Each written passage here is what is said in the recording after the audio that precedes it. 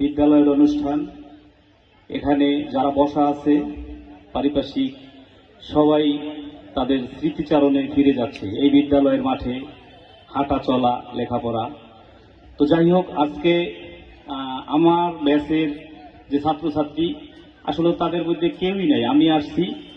তো আসলে অনুষ্ঠানটা যারা করছে তাদেরকে অবশ্যই ধন্যবাদ জানাই। আর এসব অনুষ্ঠানে এভাবেই হয়, এগুলো আসলে এখন শুরু হয়েছে, সামনে যে ভুল ত্রুটি তো অবশ্যই আছে, অনুষ্ঠানে ভুল ত্রুটি নাই এ কথা বলবো না। সৃষ্টিকর্তা কখনো সাবেক হয় না, পিতামাতা সাবেক হয় না, শিক্ষক সাবেক হয় না, এই তিনটা জিনিস কখনোই সাবেক হয় না। আমার স্কুলে আমি যদি আরো 10 বছর পর আসি, এখানে যে শিক্ষক থাকবে সে আমার শিক্ষক। তো আসলে এই তিনটা জিনিসের সমন্বয়েই একটা মানুষ তৈরি হয়। আর বিশেষ করে আমাদের এখন যে জেনজির প্রজন্ম, এই প্রজন্ম যখন কেউ স্মরণ করিয়ে দেয় তখন 90 দশকই স্বর্ণালী যুগ বলে, আর আমি সেই যুগেরই ছাত্র।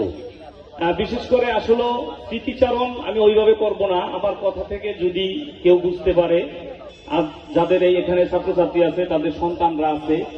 আমার শিক্ষক আলতাফ স্যার, তো আলতাফ স্যার তখন শাসন করতো খুব, আমাদের সমাজ যারা ছিল 97, 98, 99 পর্যন্ত। আমার মনে হয় 2000-এর পরে সে আর শাসন করে না ওইভাবে, কারণ 2000-এর পরে শাসনটা একটু রাজনৈতিক শাসন চলে আসছে। তখন এই আমার ছেলেরে মারছেন কেন, ধরছেন কেন, আর যাবো ওদিকে আমি যাব না। তো শিক্ষক আমরা এমনই ছিলাম, আমরা মনে করতাম যে আমার পিতা, এবং উনি আমার গায়ে যে কয়টা বেতের বাড়ি দিছে আমি ওই কয় লক্ষ টাকার মালিক হয়েছি। তখন যদি আমি বুঝতাম যে না আসলে এই প্রত্যেকটা বেতের বাড়িতে আমি আরো 1 লাখ টাকার করে মালিক হব, তাহলে আমি তখন আরো মিনিমাম 100 বেতের বাড়ি নিতাম, তাহলে মিনিমাম 1 কোটি টাকার আরো বেশি মালিক থাকতাম। এই কথাটা আমি এই জন্য বললাম, শিক্ষক কখনোই মনে দোষ করে মারে না, সে চায় যে তার একটা ছাত্র।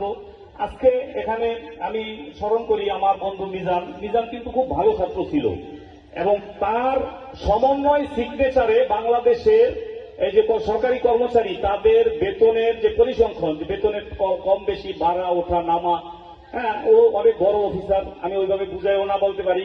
ও এতই সৎ, ওর অফিসে আমি গেছি, ওর শ্বাসের কর্মচারীরা বলতেছে ভাই এর কিছু বললে যান, আমাদের তো ভাত কাপড় বন্ধ হয়ে গেল সব। মানে ওর পরে যারা স্টেজ, ও 100 টাকা পর্যন্ত ঘুষ খায় না, দুর্নীতি করে না। তো এই যে খায় না, এই যে নেয় না, এই শিক্ষা তো ওই অফিসে যাইয়া পায় নাই, এই এখানে শিক্ষকদের দ্বারা পাইছে। এই যে আমার শ্রদ্ধীয় শিক্ষক সোরাব স্যার আছে, আব্দুর রাজ্জাক আছে, আসলে আমরা এদেরকে শিক্ষক হিসাবে এখনো দেখি না, পিতৃ সমতুল্য, পিতার মতো। আর আমি আমার শিক্ষকবৃন্দ আর সবাইকে একটা কথা বলি, এটা হইলো আমার বলা ঠিক না, তারপরে যেহেতু একটা অনুষ্ঠান এখানে, আসলে সত্যি কথা বলতে যারা অনুষ্ঠান আয়োজক করছে ওরা ছোট মানুষ, ওদের ভুল ত্রুটি সবাই ক্ষমার চোখে দেখবেন।